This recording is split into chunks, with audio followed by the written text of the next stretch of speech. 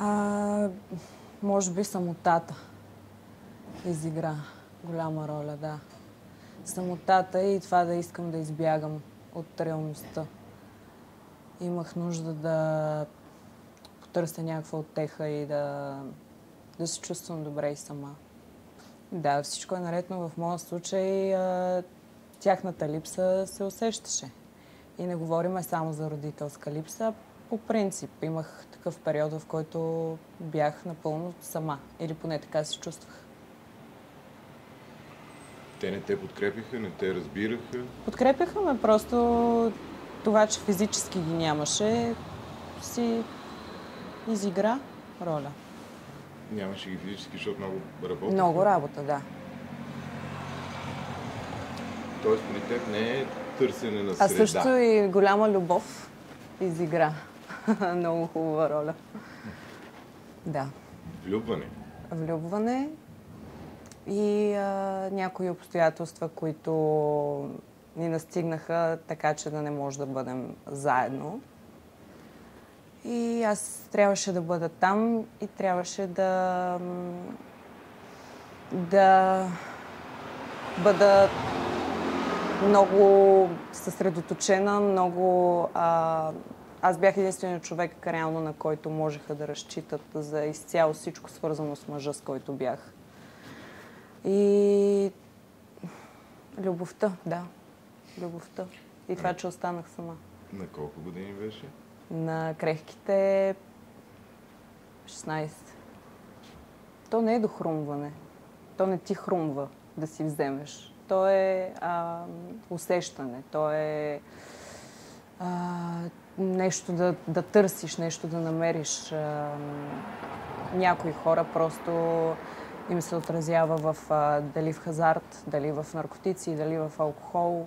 Дори едни цигари, ако вземем, това също е една зависимост. Аз бях много лабилна. И тогава беше навлезнал наркотика, към който се пристрастих така много. Кой той? Кристали. Те ме смазаха. И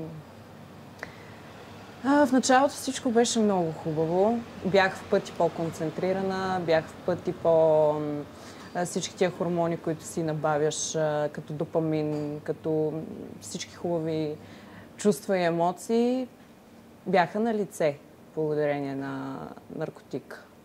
Но до едно време. Докато всичко не се обърна с главата надолу и не настъпи един абсолютен хаос. Ще стигнем и до там, но мен това ми е любопитно.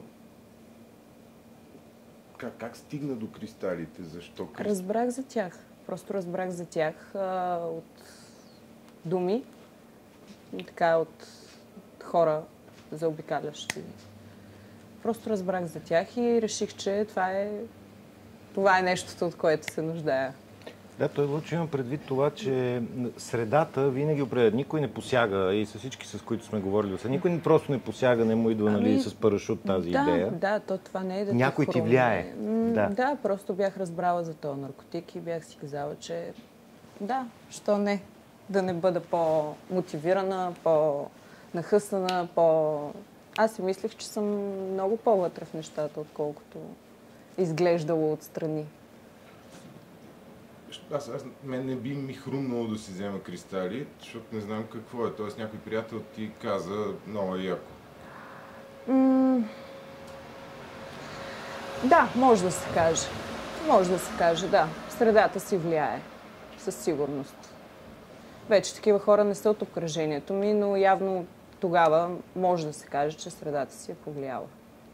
За да науча и за да разбера, че точно от това имам нужда. Винаги се почва с нещо по-леко. Винаги се почва, да кажем, с нормална цигара, преминаваме към марихуана, преминаваме към, да кажем, бяло, кокаина. И както и при мен се случи така.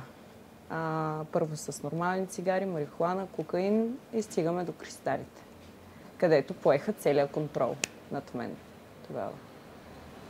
Тоест кокаина не ти беше достатъчно Аз не бях пристрастена към кокаин и не ми беше толкова хубаво. По-скоро се чувствах много по-депресирана и много по... Не е моето. Не беше моето. Аз за това търсих нещо по-действащо. Пиеш ли алкохол? Не, тогава не. Нямах и нужда. И окей, стигна до кристалите. Какъв беше ефект? Изписах много тетрадки с текстове. При мен така се отрази. Много, сякаш мозъка ми работеше на много бързи обороти. Можех да разговарям с 5-6 човека едновременно по най-различни теми. Всичко беше супер в началото. Тоест аз се чувствах като безсмъртна. Като все едно няма какво да ме застигне лошо. Всичко беше в моите ръце и смятах, че мога да контролирам всичко. До един момент. Тоест ти намери желания ефект с кристалите? Всеки го намира в началото. Всеки го намира. Сладко е. Сладко е в началото, да. А имаш ли някаква теоретична представа какви вреди може да последват? Нямах идея. И най-малко ме засягаше тогава. Пак ти казвам, аз се чувствах безсмъртна, мотивирана и си казвам, ето, това съм аз вече, чувствам се жива, чувствам се много добре. Заблуда. И нямаш страх от това, какво си пъкаш в главата? Не, нямах страх. Нямах страх. Тоест по някакъв начин наркотика се явява заместител на самотата ти. Да. И честно казано, помогна ми в началото. Тоест, аз дори нямах нужда и да комуникирам с никой. Толкова се чувствах заредена, мотивирана, пак казвам, писах текстове, записвах песни, аз бях напълно сама вкъщи. Намерих си това, което търсих. Просто не знаех до един момент до какво може да доведе. Не знаех. Okay. Страха дойде няколко месеца по-късно.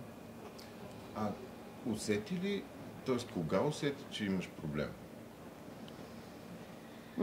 Да, няколко месеца по-късно, когато видимо първо като се погледна килограми, може би минус 12-13 килограма, загуба на апетит, лицето ми беше станало в едни петна, едни гнойни пъпки и много нездравословно изглеждащо момиче, което, разбира се, прави впечатление на семейството ми, защото за няколко месеца все пак се виждаме и комуникираме и те виждат тази промяна. Съответно, майка ми беше тази, която ми каза, имаме проблем. Време е аз вярвам в теб, време е да поемеш ти нещата, защото явно не отиват на добре. Не отиват на добре. Тоест ти сама не се стресна от вида си?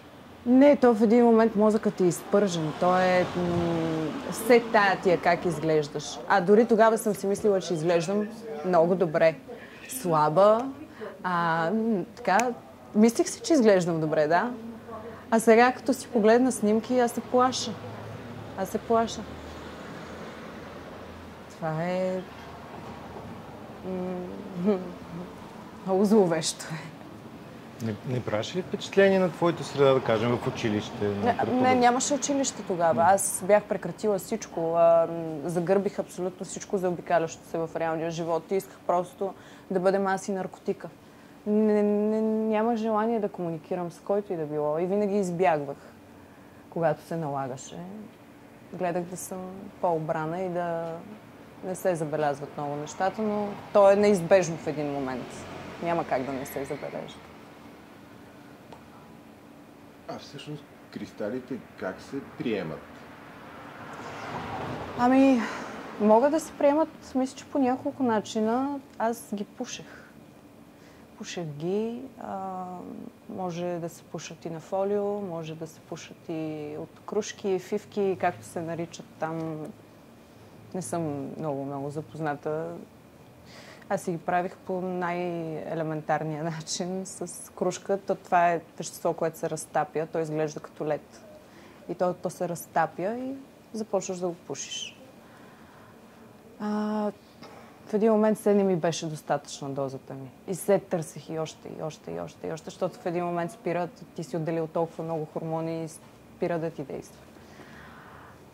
И когато започна тая мания, постоянно за още и още този глад, тогава и аз си се постреснах. Когато започнаха, спомням си много тежки сънни парализи, спомням си халюцинации, спомням си тежки моменти в къщи, в които на трезва глава никога не бих направила да посегна на баба, дядо, на родители, на семейството. Никога.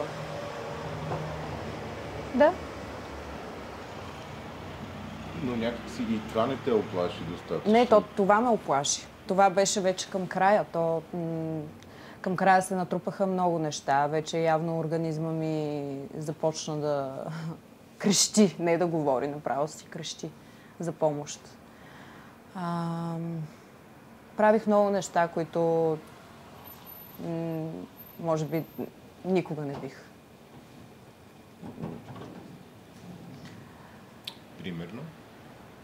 Както казах, да повиша тон на родители, на семейство, да посегна, да обикалям с ножа вкъщи, да искам да убия кучетата си. Какво ли не? Трябва ли да продължавам? Само ако искаш, там се оплаших. Там се оплаших. Майка ми, аз държейки ножа, майка ми казва колко ме обича и колко вярва в мен. И това на мен много ми помогна. И това ме спаси, любовта. Както любовта ме вкара в тия баки, любовта и ме изкара от тия баки. Чисто финансово как се справяш? Имаш ли проблеми с това или не? В един момент започват финансовите проблеми, да. Като си набавяш още и все по-големи количества, финансите ти свършват. И като цяло смятам, че с всяка зависимост при финансите си показват влияние. При хазарта, при алкохола и при всяка. Колко струва това нещо? Скъпо ли е? Това е евтин наркотик. Много лесно достъпен е, много лесно може да се купи. Изключително ефтин е. И за много малко пари можеш да си се забавляваш няколко дни. Така че, да. А не те притесняваше факта, че това е химия и че може да си направиш... Не мислиш за това. Най-малко мислиш дали е химия или не. А знаеш ли го? Имаш ли представа? В началото не. Нямах идея какви боклуци поемам в организма си. Но в началото това не ме интересуваше особено. При положение, че се чувствах толкова добре, нямаше значение. Но в последствие разбрах и много е грозно. Много е грозно всичко. А как се прави? Какво си разбрала това, как се прави? Може би няколко месеца, може и отрова за мишки да съм взимала. Не се знае. Да, защото... казват, че много отрова за мишки се слага, да. Дори и в примесите за кокаин, дори и в примесите. Да. Основно това си е основна съставка, да. И съвсем сериозно го казвам. Ти всъщност през цялото време сама го правиш. Нямаше компания, с която да... Да, напълно сама. Напълно сама. Това в продължение горе-долу на, може би, 4-5 месеца в къщи. Когато излизах на улицата, аз бях доста агресивна. Когато все пак налагаше се да излизам дали до магазин, дали до друг. Аз и по-далече и не ходех, не исках. Но случило се да се разкрещя на някой съвсем непознат. Имах една такава случка, че той е виновен за всичко. Някакси нещо просто не знам, нещо прищракваш на моменти. Говориш неща, които не искаш, крещиш, викаш, правиш, струваш, а не искаш. И после аз се изяждах. Така беше ми гузно, беше ми гадно, като повишат тон на някой или... Някакси сякаш агресивно се... Обърна се всичко много агресивно стана при мен в един момент. С много агресия се отнасях към света. Тоест при теб нямаше социалната среда, компанията, с която друсате, грубо казвам. Не, те започнаха да ме избягват хората около мен. А пък и, пак казвам, аз не исках. Ти тогава нямаш особено нужда от компания. Най-вероятно хубава компания ще е някой друг наркоман, с който да сте на една вълна. С друг човек няма как да се разбереш в такъв момент. При теб нямаше такъв партньор? При мен нямаше такъв партньор. Нямаше и бях напълно сама. Имаше ли някакви пречки, да кажем, да си набавиш този наркотик или всичко е абсолютно безпроблемно? Не е имало пречки. Никога не е имало пречки. Пак казвам, много лесно можеш да си набавиш като цяло какъвто и да е наркотик в България. Не е трудно. И още по-лошото е, че и под 18 годишни ходят и си пазаруват всякакви наркотици. Това е по-лошо.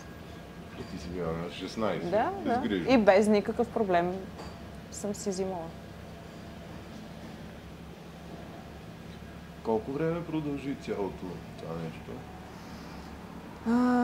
Кошмара. Кошмара до ден днешен продължава. Не е свършил.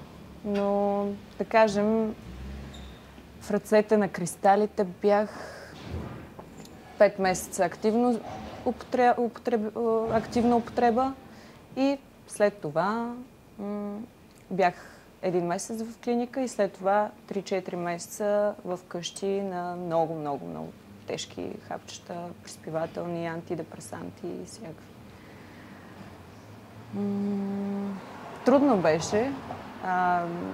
Може би аз така, тъй като само спах, по-лесно минах през това, но имах доста тежки абстиненции. Когато влезнах в клиниката, за мен беше ужас. За мен беше едно непознато място, непознати хора. Аз, като една оттрепана наркоманка, се чувствах като някакъв парцал. 35 кг влезнах в клиниката с огромни гнойни пъпки по цялото тяло. И хората и те третират като такъв. Те като те видят, ти ставаш един чисто плътен, ставаш един мърлив, един такъв... Не обръщаш особено внимание на външния си вид. И хората започват и да те третират като такъв. Когато влезнах в клиниката, първите 2 седмици аз бях приспана. Венозно, с всякакви работи. Нямам идея какво ми слагаха и вливаха, но дори майка ми и баща ми казаха, че на първото свиждане мен са ме донесли. Аз не съм била... Дори не си спомням първото свиждане. Представете си за какво става въпрос. Много тежки абстиненции. Много. От персонала, който работи в клиниката, са ми казвали, че аз само съм се събуждала, крещяла съм с пълно гърло и само съм лягала и пак съм заспивала. И пак се събуждам, крещя и пак заспивам. Нещо явно си имам да... Не знам, това е дявола. Това е дявола за мен. Това е най-страшното. И много ми се иска някой да се вслуша в това, защото аз съм човек, който е минал през това и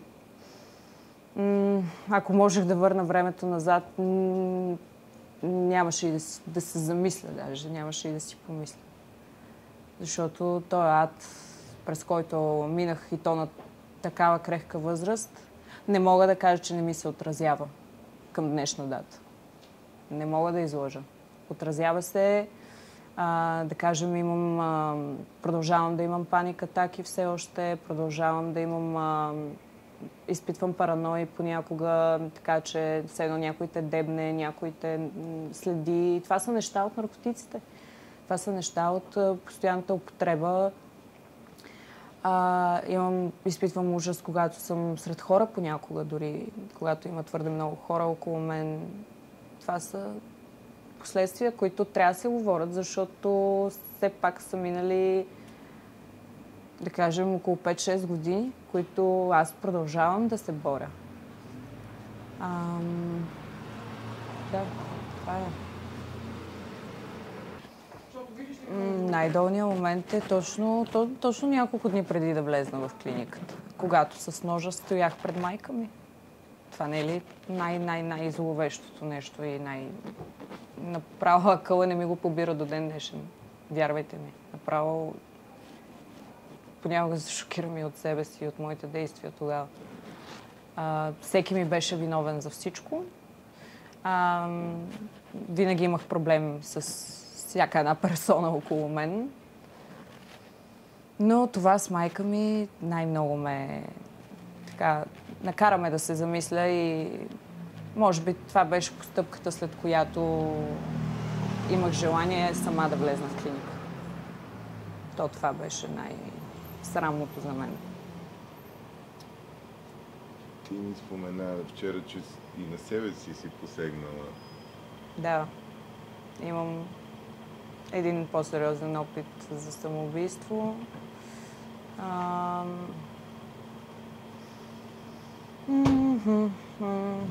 Исках да избягам вече от всичко.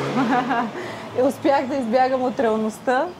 Исках да избягам и от състоянието ми в момента. Просто аз в един момент много започнах да се мразя, много започнах да не се побирам в кожата си, постоянен рев, постоянен прилив на всякакви вълни, агресивни, щастливи.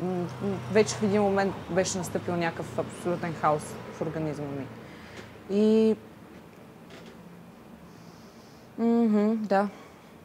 Тогава исках да се изчистя. Просто исках по-бързо да минат нещата с клиниката и да излезна нов човек и нямах търпение да си влезна в нормалния ритъм на живота. Защото много е важно да осъзнаем, че всички емоции, които са в глава, всичко заобикалящо ни е в резултат на това, което е в нашите глави. И това е нещо, което е и в моя живот. И откакто спрях наркотиците, откакто започнах да гоня едно друго ниво. Говоря за манифестации, за медитации, за този душевен мир, до който ние всички трябва да стигнем. Много ми помогна. И успях да си прилагам тия хубави емоции в реалния живот, в реално време и напълно на трезва глава. Значи, можело и без каквото и да е друго. Имаме право и можем да се чувстваме както си поискаме. Ако аз, например, съм била тъжна, случва се да бъда тъжна или да не се чувствам добре, може би ако върна няколко години назад, ще си потърся поредната доза, най-вероятно. А сега има един много голям проблем, за който не говорим. Това е споделянето, защото аз тогава не споделях. И това също много попречи. Това да не споделим на някой близък и да си кажем какво ни тежи, какво...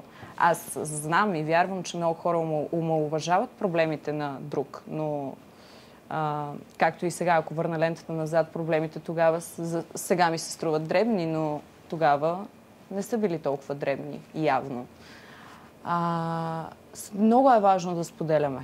Много е важно да си казваме какво ни е, да си кажем какво тежи, да си кажем от какво имаме нужда. Хората не говорят. Хората забравиха да комуникират. И това е голям проблем. Особено при подрастващото поколение. Само телефони и социални мрежи, никой с никой не комуникира. А родители и деца – никаква връзка. После родителя се оплаква от детето си или децата се оплакват от родителите си. Няма комуникация. Това е така. Последни две неща. Ти нещо? Да, дали смяташ, защото това е, разбира се, но чисто вече от днешна гледна точка, ако родителите ти бяха до теб плътно в този период, смяташ ли, че щеше да стигнеш от това? Знам, че малко е измамен този въпрос. Да, то е малко... да. Причината да посегна към наркотиците не са родителите ми. Много е важно това да го подчертая. Самотата обаче. Да, самотата. Влюбването, така на тази възраст, дива, всички тия хормони, всичко, особено в моя живот, нещата се развиха, нали, по по-различен начин. Наложи се да израсна пред медийното пространство и пред цялата българска аудитория. И целият този товар, който носих, цялата тази омраза, защото, айде да кажем, при мен омразата е от социални мрежи, но омраза има навсякъде. Омраза има и в училищата, омраза има и в абсолютно навсякъде, и по улиците, и навсякъде.